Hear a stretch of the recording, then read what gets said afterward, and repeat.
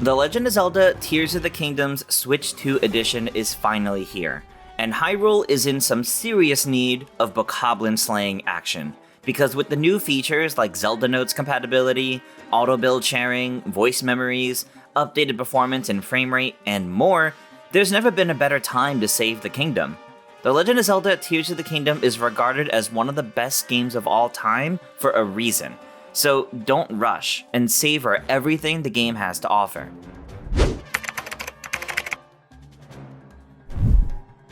Presented by NHTSA, speeding catches up with you. Continue watching at your own risk, as we're about to dive into some of the game's endgame puzzles and later story details. To start off, let's go over some general gameplay tips that'll be helpful for first-time players picking up the game. With a world as expansive as Hyrule, it's easy to get overwhelmed, especially with the skies above and the depths below. That's why it's a great idea to plan a route for your adventure. You could follow the main mission quest markers to different objectives, or fill out the map in each area of the world by heading to the Skyview Towers early on. Whatever route you plan for yourself though, don't feel forced to stick to it. Exploration is one of the things that makes this game so special, so make sure your planned route is open to stopping along the way if you find something of interest. But there's one thing you should definitely do upon the game opening up to you after completing the Great Sky Island. Follow the main quest to Lookout Landing before doing anything else. This way, you'll not only get the main quests around the world, but also the Paraglider, which is practically essential in your travels. If you're exploring the depths, make sure to carry lots of Bright Bloom seeds, which are found in caves across Hyrule, and either throw them, or fuse them to arrows to light the surrounding area. This helps light the way in this dark locale, and even serves as a way to mark your path so you don't get lost. While exploring the depths, make sure to collect any Poes that you see. These are used as currency with bargainer statues. As you explore across Hyrule, if you find a shrine, make sure to activate it. Even if you don't intend on completing its trial right away, it still serves as a fast travel point to come back to later. The same goes for the depths. Make sure to light up nearby light routes as they serve as fast travel points, in addition to lighting up the surrounding area. Plus, shrines and light routes are directly related. If you find a light route in the depths, there's a shrine in that exact location on the surface as well. And vice versa, of course. As you explore villages and stables, keep an eye out for characters with red exclamation points near their dialogue bubbles. This indicator means they have a side quest for you to do, or maybe even a side adventure, so you'll definitely want to talk to them and add them to your quest tracker. Early on in your adventure, as you follow the main quests, you'll be presented with the main questline Regional Phenomena. You can do them in any order you please, but the intended order is the Rito in the Hebra region, the Goron in the Elden region, the Zora in the Lynel region, and the Gerudo down in the Gerudo Desert. One thing I would highly recommend doing fairly early in the game is upgrading your Purah pad to get the Compendium, and eventually, the Enhanced Tracker. This upgrade is a lifesaver if you're ever looking for more than just shrines as you explore Hyrule. Unfortunately, it's not a short process to unlock. You can start working towards it by starting Josh's quest in Lookout Landing after obtaining the Paraglider. This begins an exploration of the depths with Robbie. Once you find him, he'll unlock the camera and compendium for your Purah pad. Then, after completing at least one of the main quests in the Regional Phenomena questline, you'll get a new quest from Joshua, A Mystery in the Depths, to get Autobuild. After this quest, you'll then get Robbie's side adventure, Hateno Village Research Lab, to unlock the Shrine Sensor, so the Purah pad can track nearby shrines. From there, Robbie will give you more options for upgrades in the Hateno Village Research Lab. All of these are worth doing, but the one you're looking for is the side adventure Sensor Plus. This one is pretty simple. Just add 5 different types of monsters to the compendium by taking pictures of them. You'll then get the Sensor Plus, where you could target anything in your compendium with the Purah pad sensor. As you complete shrines and get Lights of Blessing on your adventure to upgrade Link's stats, I suggest focusing on upgrading stamina over health. You can make meals to add extra health, which may feel more useful in the long run than temporary extra stamina, but of course, be careful when dealing with Gloom in the depths. If you ever need to change your upgrades, you can visit this statue under Lookout Landing to exchange heart containers and stamina vessels for a small fee. But I highly recommend the stamina focus, as that's what you'll need in order to retrieve the Master Sword. Next, let's talk about cooking and food, going over some of the best meals that you can make, and where to find their ingredients. There are 15 types of buffs that you can get from food.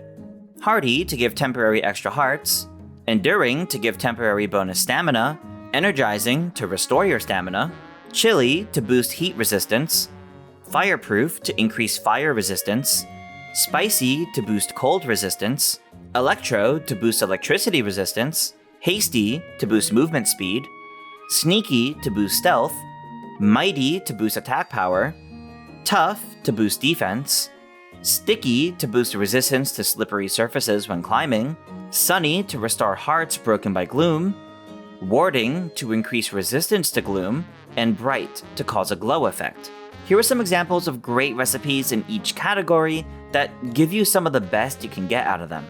For the best hearty recipes, cook 1 big hearty radish and 4 hearty radishes to get a hearty fried wild greens, which fully restores HP and adds 17 bonus hearts. You can find hearty radishes in the South Hyrule Sky Archipelago, near the Genodoc Shrine. And you can find a big hearty radish in the North Necluda Sky Archipelago, near the Joseiyu Shrine.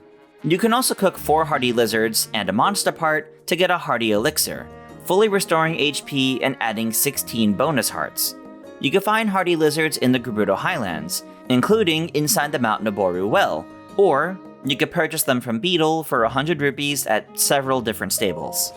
For the best enduring recipe, cook 4 tireless frogs and a monster part to get an enduring elixir, which heals 16 hearts and grants a full bonus stamina wheel, plus a little extra. You can buy tireless frogs from Beetle for 100 rupees at several different stables, or find them in caves and rivers around Hyrule Field. For the best energizing recipe, cook 5 Staminoka Bass to get an energizing fish skewer that will completely restore 3 full stamina wheels.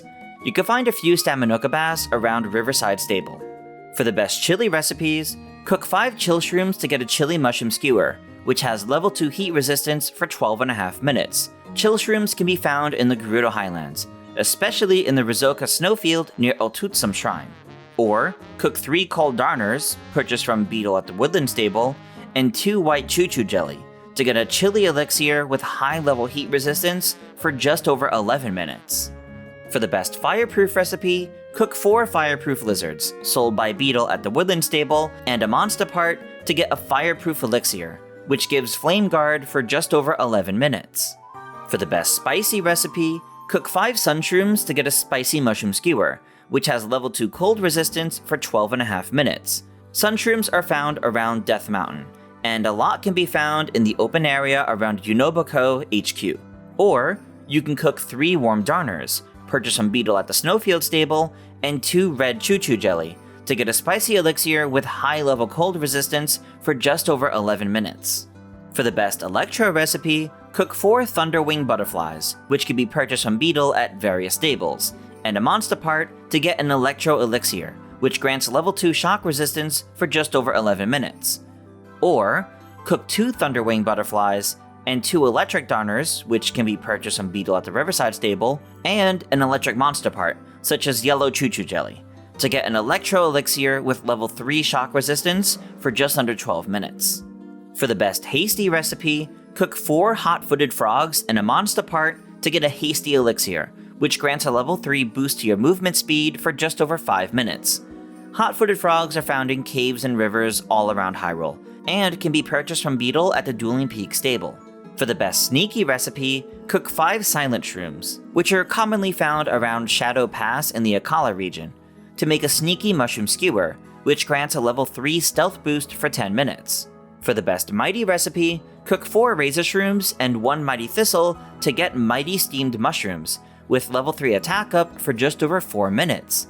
Razor shrooms are found throughout Tanagar Canyon, and around the cliffs behind the Tabantha Bridge stable, and mighty thistles are found around this pond on Piper Ridge.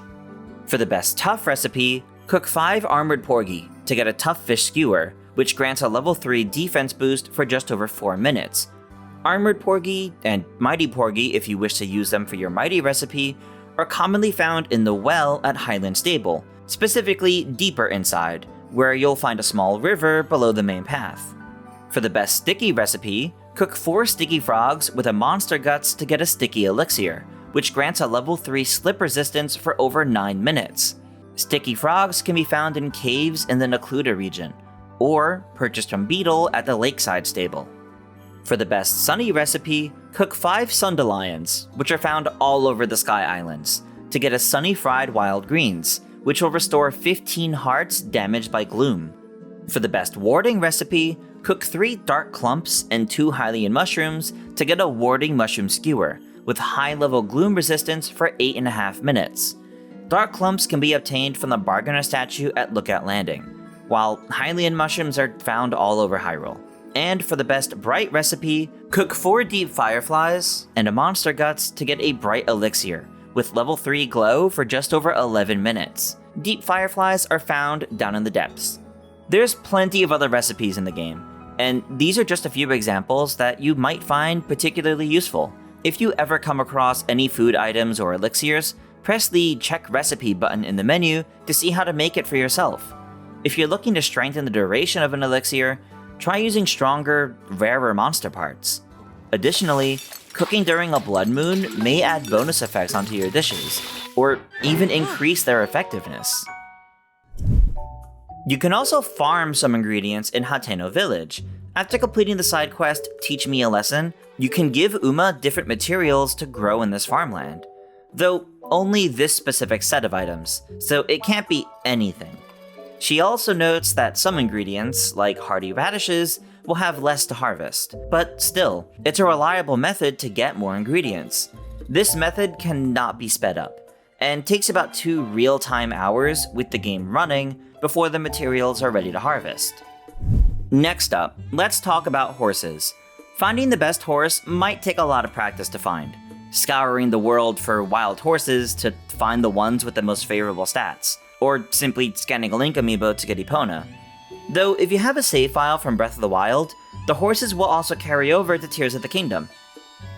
Having stamina restoring meals definitely helps with taming horses, but making sure your stamina wheel is sufficiently upgraded is also a good idea. If you find your horse fighting your commands while you ride it, make sure to soothe them.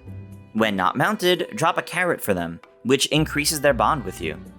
Something big to keep in mind though is that you don't actually need to find a horse with good stats, because there's a way to upgrade them. Seek out Melania the Horse God, found in the Akkala region, a bit west of the Akkala Ancient Tech Lab. They enhance the abilities of your horse in exchange for some particular cooked meals. Of course, all of this is also if you really want a horse, as many players opt instead to use different mechanisms built with Ultrahand and Zonai devices, but more on those later. Tears of the Kingdom has quite a bit of fun customization options for you to enjoy as well, and I highly recommend engaging with them. First off, you can customize your outfit colors at the Kochi Dye Shop in Hateno Village, but you can also customize your Paraglider with different patterns. Throughout the game, you'll earn different fabrics for use for the Paraglider. Some are rewards for completing quests, and some are obtained by taking pictures of specific creatures and showing them to Sage here. And some are exclusive to specific Zelda series amiibo, but amiibo exclusive fabrics aren't guaranteed drops, so you'll have to scan the amiibo daily to get the chance to obtain it. While in Hateno Village, you should make sure to complete the whole questline with Cece and the Mayor, to unlock some more customization features from Cece. While wearing the Hylian hood, which you can buy here in Cece's shop or in Lookout Landing, if you talk to Cece, she'll recommend putting the hood down, or back up if you talk to her again. And if you buy a second Hylian hood, you can have one be up and the other one down. It's a neat little customization option that's pretty easily missed. But the biggest customization option is in Tarrytown, over in the Akkala region. If you head here and talk to good old Hudson, you'll start a side adventure. After completing this questline, Link gets the ability to purchase a dream home, and you even build it yourself using Ultrahand. There's a limit of 15 total rooms, but you can buy a bunch of different options, though they're a bit pricey. Next up, let's take a look at shield surfing. If you hold down ZL to put out your shield, then jump with X, and press A to get on your shield, you'll surf down slopes. You could press ZR while shield surfing to pull out your bow and fire off arrows, or press X to jump and glide through the air. This spot in Hebra is the best place to practice, Selmy spot. Not only because Selmy has a whole minigame here to put your practice to the test, but also because shield surfing won't lower your shield's durability in the snow. But on a rocky cliffside, your shield will take quite a bit of damage. So if you ever try to shield surf elsewhere in the world, make sure you have shields to spare. If you fuse different items to your shield surfing will work a bit differently. Fuse a minecart to your shield to essentially skateboard around. Or fuse an explosive item to your shield, such as a bomb flower, to catapult yourself into the air. This works with the Spring Zonai device as well, and will not damage your shield as much as an explosion. Another helpful movement skill comes from Link's recall ability. If you see large debris from Sky Islands, try using recall on them. This is a great way to get high up in the sky. This works on other large objects too. If you move objects with Ultrahand and keep them in place for a time, then bring them back to Link, you can hold or stand on the object and use recall to help you navigate. This works for moving across gaps, or even climbing. Speaking of Link's abilities, if there's ever a ceiling above you, see where you end up with Ascend. You may find a hidden room in a cave, a shortcut to sneak up on enemies in their bases, or even a quick way back up to the surface from the depths. You can always reverse it afterwards if you aren't satisfied with where you end up. We can't talk about Link's abilities without talking about Ultrahand. This allows Link to move different objects in the world and attach them as well. Never forget that sometimes the simplest solution might just be the best one. You can attach a bunch of nearby objects together to make a long bridge, or a nice smooth wall to climb up. One ability you'll definitely want to get is Autobuild. This becomes a main quest from Joshua after completing one temple in the Regional Phenomena main quest line, and after obtaining the camera and compendium from Robbie. Or, just head to the Great Plateau and drop down to the depths from there, as Autobuild is found at the Central Mine, which is directly below the Temple of Time on the plateau. Once you reach the mine, interact with the altar to awaken a construct and receive Autobuild, which lets you quickly recreate anything you've made with Ultrahand, saving the last 30 creations, save creations from QR codes, and much more. Just be warned, there's a boss fight right after obtaining Autobuild, so make sure you're ready for that. And now that you have Autobuild, let's go over the most helpful creation you might like, complete with a QR code to scan in the Zelda Notes app if you're playing on the Switch 2 edition. I'm talking about the incredibly helpful Perfect Hover Bike. This is the hover bike that players have been making since Tears of the Kingdom first came out. It's definitely one of the best movement options in the game. If you have the Zonite to spare, you can create these various Autobuilds without having the rest of the actual materials. There are tons of Autobuild sharing QR codes floating around the internet right now. If you'd like more, we have a whole page dedicated to it on our website. Next, let's move into combat tips. First, let's go over where to find the best weapons and shields. Many weapons you'll find across Hyrule are rusted and have low durability, but that doesn't mean they're necessarily weak. Hyrule Castle still houses some great Royal Guard weapons that will replenish with each Blood Moon. Just be warned that the area is still dangerous to navigate. While exploring the depths, you might find spirits offering clean weapons, which are more powerful as they haven't been corrupted by Gloom. Many other strong weapons are obtained from defeating powerful enemies, such as Lynel's or Phantom Ganon. Gloom weapons obtained from Phantom Ganon, however, are dangerous as they lower your health. If you fuse these weapons to the end of other weapons though, they can be pretty strong. If you ever obtain unique strong weapons, such as the Fierce Deity Sword, don't worry if it breaks. These could be obtained once again from bargainer statues in the depths, in exchange for high amounts of pose. Of course, the Master Sword is a great weapon, but we'll cover how to unlock that later in this video. There were also the special champion weapons back again from Breath of the Wild. These could be obtained after completing each region's questline in the Regional Phenomena main quest. By speaking to a specific NPC in each region, you'll be able to craft each weapon by trading them specific materials. Teba for the Great Eagle Bow, Fugo for the Boulder Breaker, Dento for the Lightscale Trident, and Isha for the Scimitar of the Seven and Daybreaker Shield. Isha in particular has the prerequisite of completing the side quest, The Missing Owner, in Gerudo Town. And if these weapons ever break, simply bring these NPCs the materials once more, and they'll make the weapon for you again. The best shield in the game is the Hylian shield.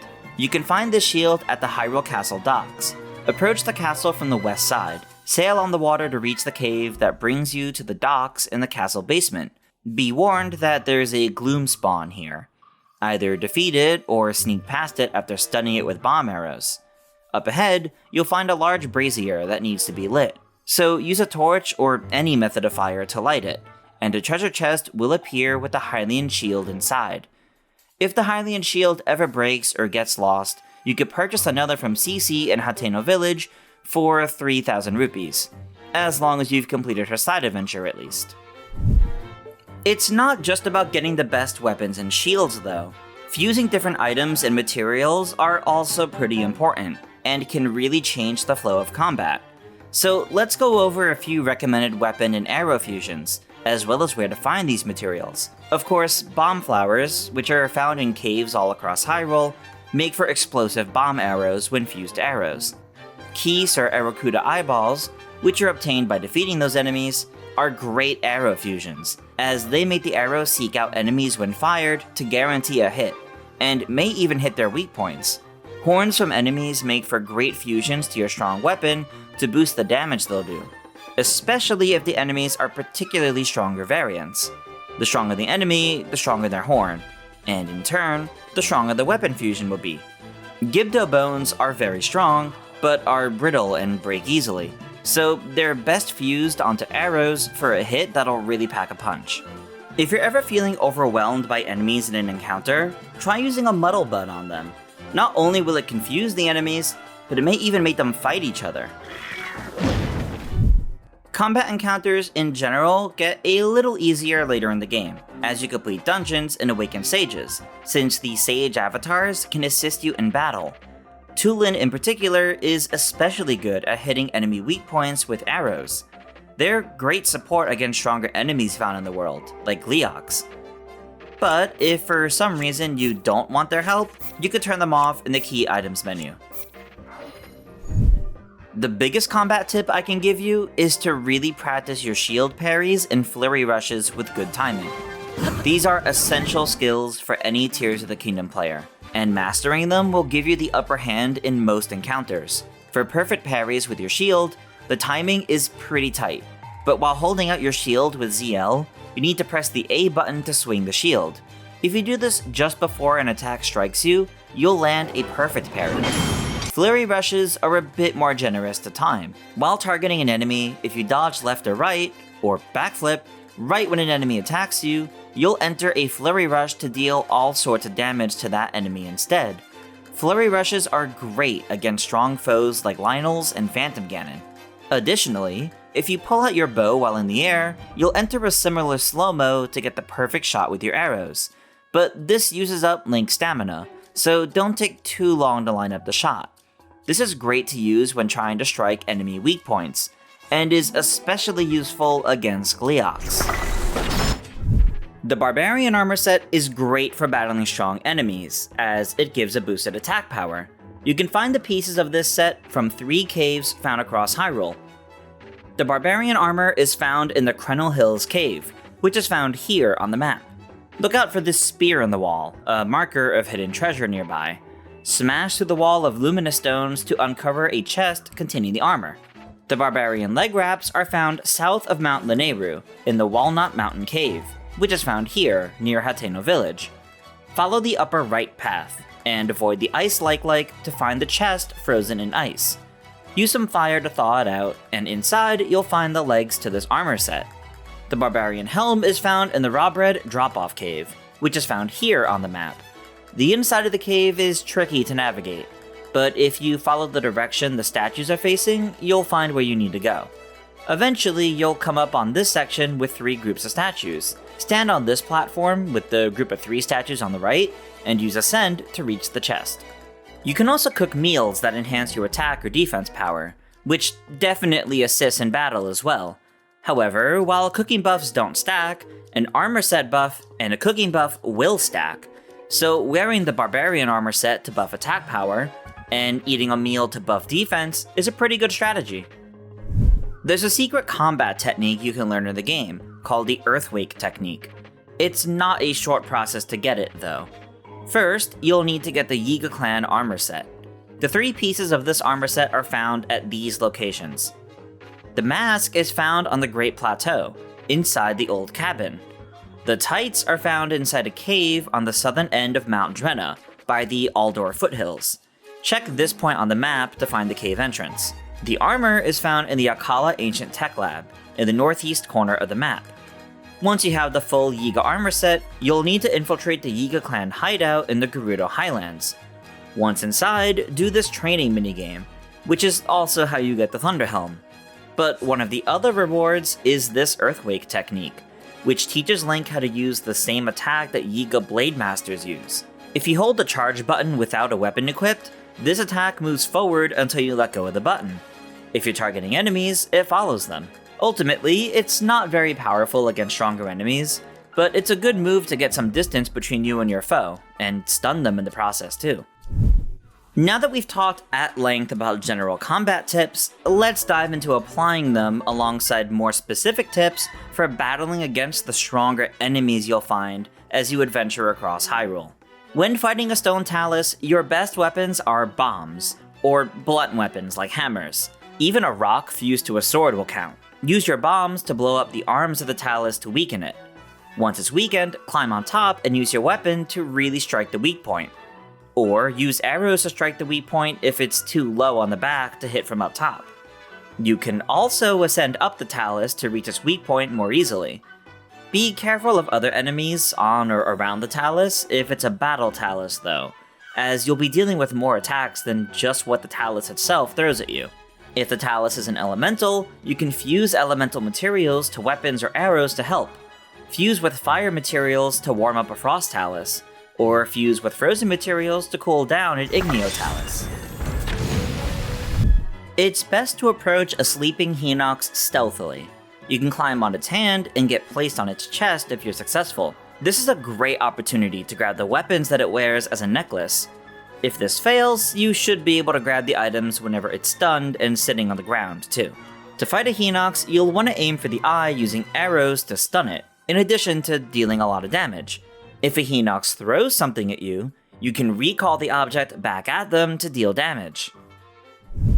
There aren't many Molduga out in the Gerudo Desert, but they can be pretty strong enemies. The main strategy is to fuse bomb arrows when one is around. Try to stand on any nearby terrain that isn't the sand, as the Molduga can't find you then. Shoot a basic arrow or throw a material you have excess of onto the sand, and when the Molduga launches itself into the air, fire away with bomb arrows. Then just wail on the creature while it's weakened, using any of your powerful weapons. When the Molduga starts swimming around, you'll still be able to weaken it using a bomb arrow. Lynels are definitely pretty scary enemies, and they certainly pack a punch, but if you're ready for what they'll do, you could take them on easily. Make sure you never fight Lynels from a distance, as you don't want them using their bows against you if you can help it. Your best weapons against them are single-handed weapons and a good shield. You'll want to make sure you're targeting the Lynel and holding your shield up to block attacks. If you can time it, parrying their attacks is a great strategy. But perhaps even better is timing a backflip or dodge to the side to get a flurry rush. As long as you're targeting the Lynel, if you dodge as soon as it begins its swing, you should be able to get your flurry rush in. Lynels have plenty of health, so make sure you have several weapons to go through, as you may find your weapon breaking in combat against them. Having some strong fusion materials go a long way too. If you manage to get close enough to a Lynel during battle, you may even be able to mount it, climbing up on its back and getting even more hits in against it. Whenever a Lynel charges up for a big strike, make sure to flee the immediate area, or hide behind some terrain, as the Fire Strike is a huge AoE. When it spits fireballs, you should be able to dodge out of the way, as long as you keep moving to the side. This is actually easier if you're keeping close to it.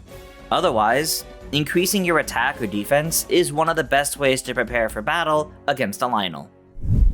Those were the enemies back from Breath of the Wild, with largely the same flow to their battles. But now let's get into the new enemies introduced here in Tears of the Kingdom. When fighting Flux constructs, keep an eye out for their power source, which is a cube that looks different from the rest. You can attack it with bomb arrows, or you can grab it with Ultrahand to remove it from the rest of the body, which gives you an opening to really attack it. Stronger Flux constructs have a phase when at lower health, where they fly up out of reach, and send blocks down to attack. If you dodge the blocks, then climb up on top of them and use recall, you'll be taken up to the main body to strike at the weak point again. Next up, we have a Frox. These large creatures are only found in the depths, and if you aren't ready for them, can really hurt you, especially with Gloom damage.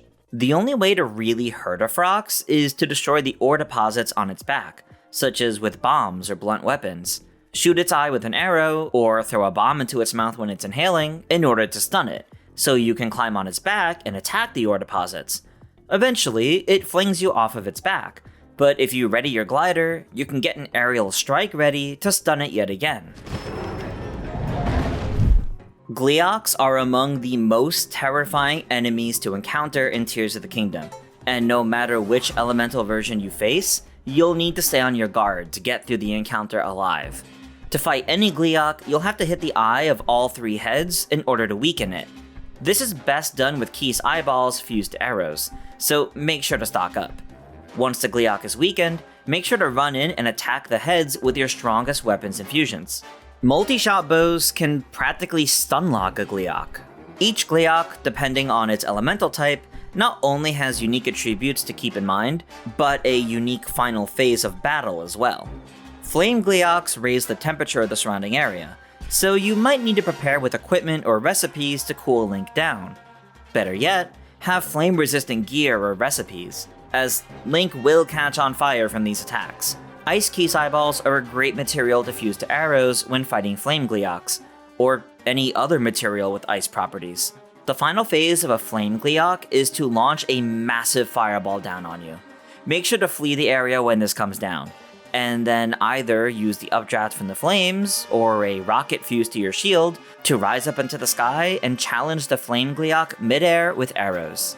Frost Gleeoks lower the temperature of the surrounding area, so you'll need to prepare for cold resistance with either a recipe or an armor set. Flame Key's eyeballs are a great material to fuse to arrows when fighting Frost Gleeoks, or any other material with fire properties. The final phase of a Frost Gleeok is to create a giant ice storm in the sky, which rains down large icicles. Climb up on an icicle and stand on top of it, and use recall to rise up into the storm. Then glide across to the Gleeok, or platform across the icicles, to get your chance to shoot its eyes and send it crashing back down to the ground. Thunder Gleeoks strike you with lightning, so you'll definitely need shock resistance armor sets or recipes ready. Additionally, using non-metal weapons really help as well. The final phase of a Thunder Gleeok sees it fly up into the air and rain down laser beams of lightning strikes. These leave behind updrafts, so use them to fly up and fight the Gleeok head-on to send it crashing down. King Gleeoks are the mightiest of them all. You will need a lot of arrows and very strong bows and weapons to take on these foes. You'll also need lots of stamina restoring items just to reach most of the ones up on the Sky Islands. The final phase of the King Gleeok is a mixture of the other 3. Your best bet is to either glide up to it with the updrafts created by the lightning strikes, or use recall on the large icicles. Just be careful on the icicles, as lightning strikes on your way up. Finally, we have the Gloom spawn. Fight these hands from afar so they can't grab you.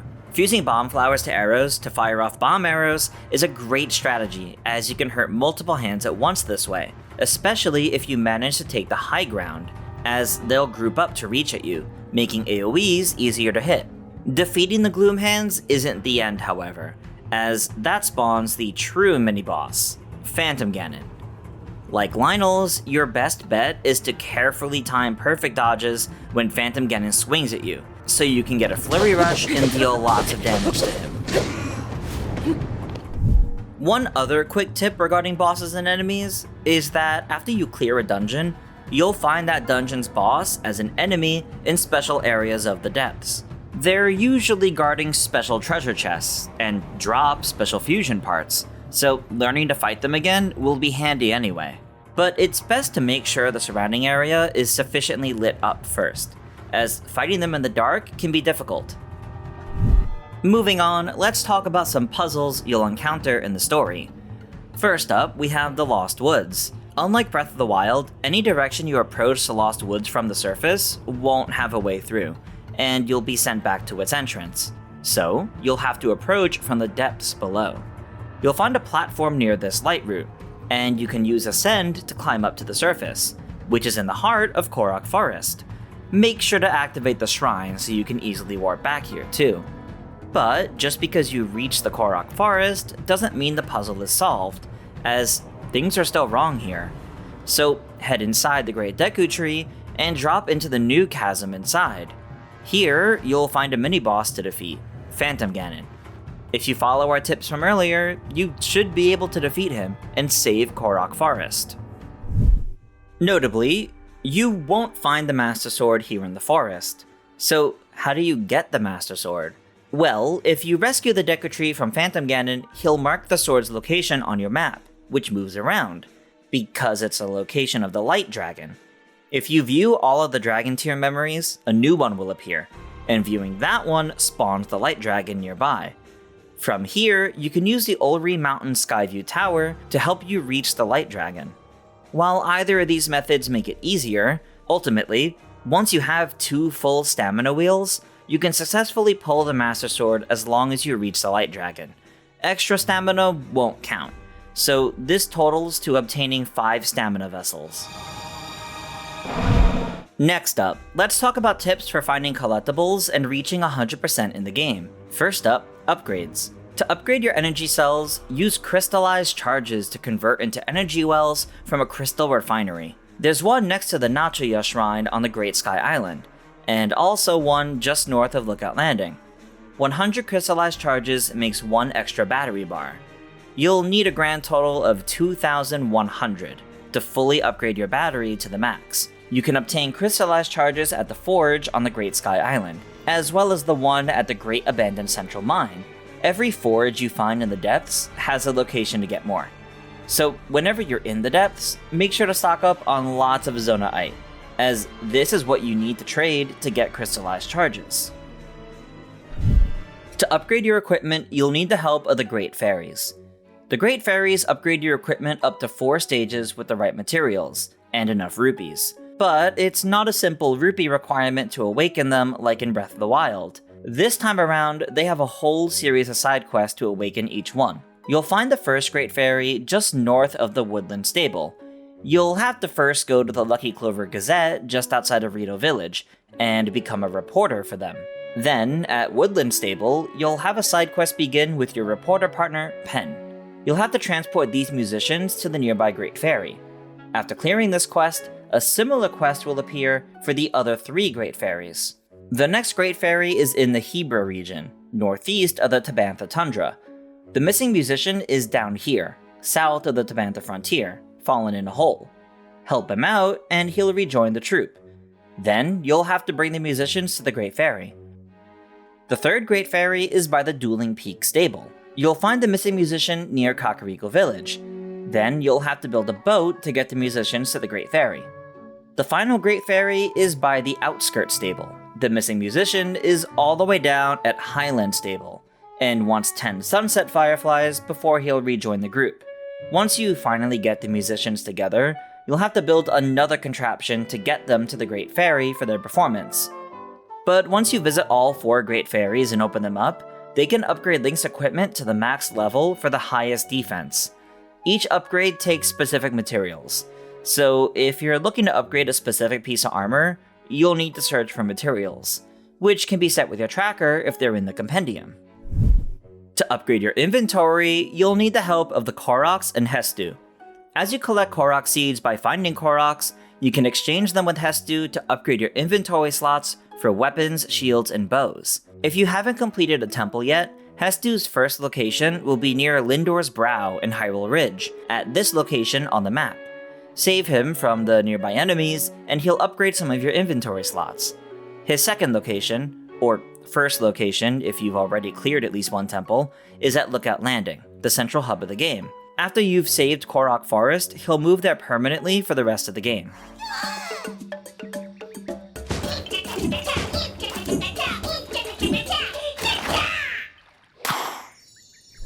If you need help looking for Korok seeds around Hyrule, you should seek out the Korok Mask, which shakes and makes sounds when Link is near a hidden Korok. This mask is found in the depths as a reward for clearing the Forest Coliseum. This challenge is found in the northwest corner of the depths, underneath Great Hyrule Forest. It won't be an easy fight though, so make sure you're prepared. If you're wondering how to get Link's iconic tunic, there are multiple ways. Like Breath of the Wild, you can get Link's tunic from other games, like Ocarina of Time or Twilight Princess, as random drops from scanning the corresponding amiibo. But unlike that game, you can also find them around the world, mostly hidden down in the depths. Some even get marked on special treasure maps you'll find on Sky Islands. Just be warned, as some of these are protected by pretty strong enemies. It takes courage to look the part of the hero. Link's tunic design for Breath of the Wild, and by extension Tears of the Kingdom, is back as well.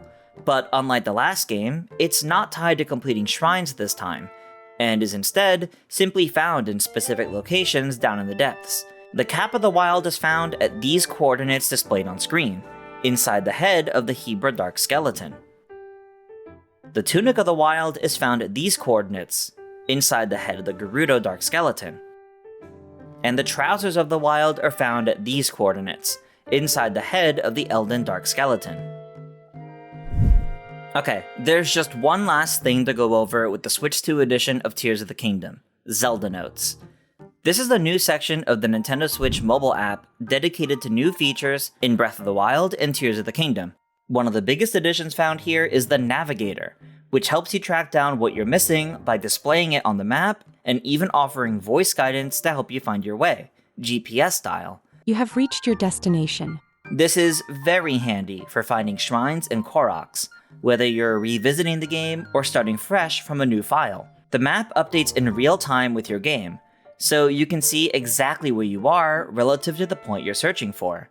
There's even exclusive new content in this app, being the voice memories. There are tons to find around the world, including from multiple characters, and they're easy to locate with the app's navigation system. These give little extra lore drops, and are a great incentive to come back to such a beloved title.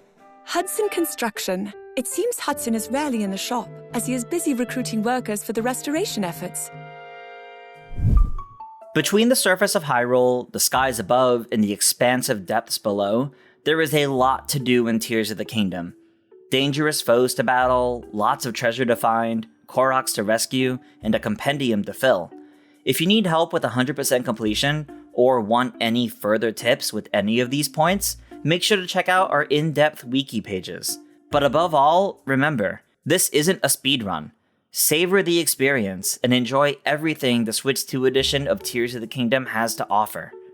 Which tip would you have loved to know in your first playthrough? Let us know in the comments below. For more on The Legend of Zelda, check out all of our guides and features, and of course, stay tuned to IGN.com.